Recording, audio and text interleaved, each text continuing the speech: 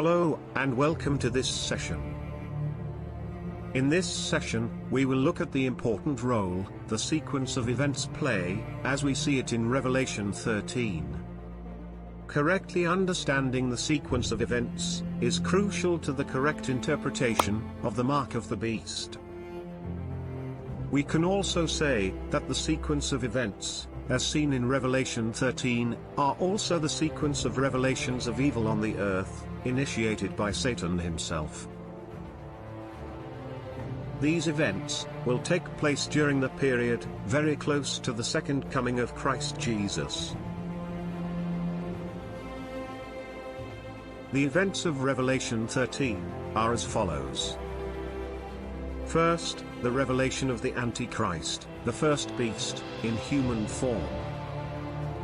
This will include all his blasphemous claims to divinity, as well as the fierce persecution of the saints. He will also be worshipped, admired, and followed on a worldwide scale by the overwhelming majority of people of all nations. This, in all possibility, will be a world leader, who will oversee all affairs right across the earth, and to whom all earthly governments will submit to.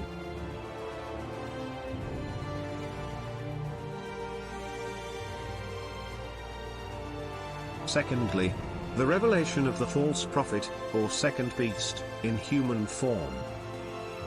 He will enforce his influence by performing mighty signs and wonders. By this, he will deceive the masses of unbelievers into deepening their worship of the Antichrist, and their unflinching loyalty to him.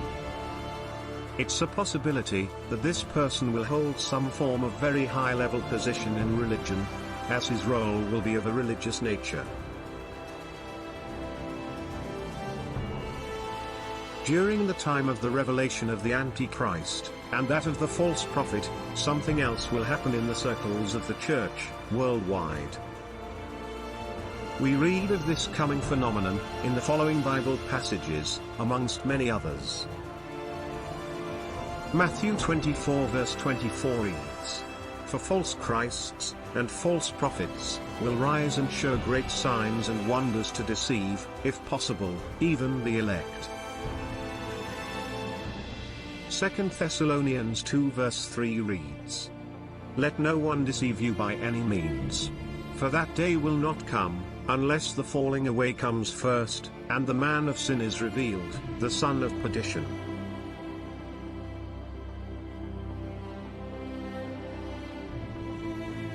These two passages speak a clear warning, not to unbelievers, but to believers. It is clear that not only will the deceiving of Christians into this false worship be a very real possibility, but that it will unfortunately also become a painful reality. There will therefore be a significant and an observable apostasy taking place amongst Christians in this time.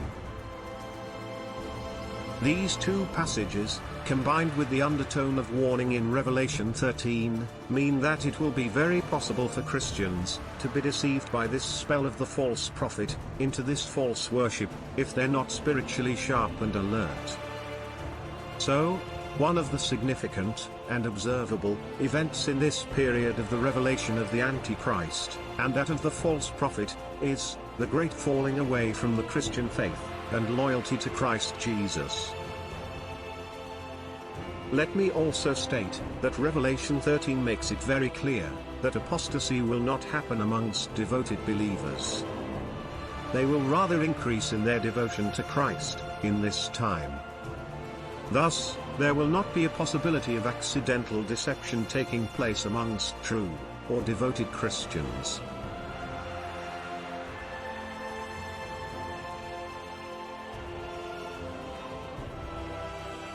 The next major event that will take place will be the institution of image worship.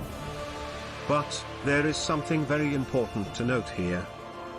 The worship of the first beast and of the dragon will precede the institution of image worship, and set up the people worldwide for accepting image worship later.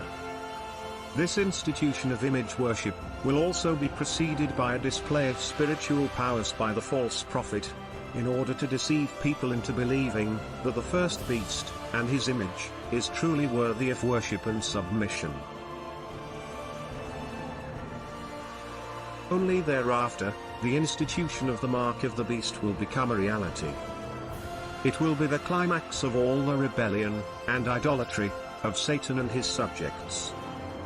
It will come as the last instituted form of rebellion against God, of idolatry, and of submission to the Antichrist, and the dragon, or Satan. This will be the seal, which will seal a person's final, and ultimate surrender to Satan. It will have a definite religious, and spiritual dimension to it, and this dimension will be clear to those who receive this mark on themselves. It carries with it the idea of a covenant with Satan, and an action which will bring finality to a person's commitment to Satan, and his or her rejection of the living God. Therefore, we see God's pronouncement of sure and unavoidable judgment on such participants. To summarize, the reality of the manifestation of the Antichrist, and that of the false prophet in human form, the worship of the Antichrist worldwide, the mighty display of spiritual powers by the false prophet, the great falling away from the faith by many Christians worldwide, the institution of image worship, as well as the extremely harsh persecution of Christians worldwide, these all precede the institution of the mark of the beast.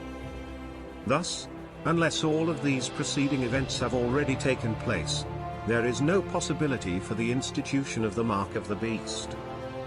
Any endeavor to identify some phenomenon as the mark of the beast, but which doesn't have this logical flow, and the build-up of evil in these stages, as we've mentioned, would be out of sequence, inconsistent, and would therefore be inaccurate.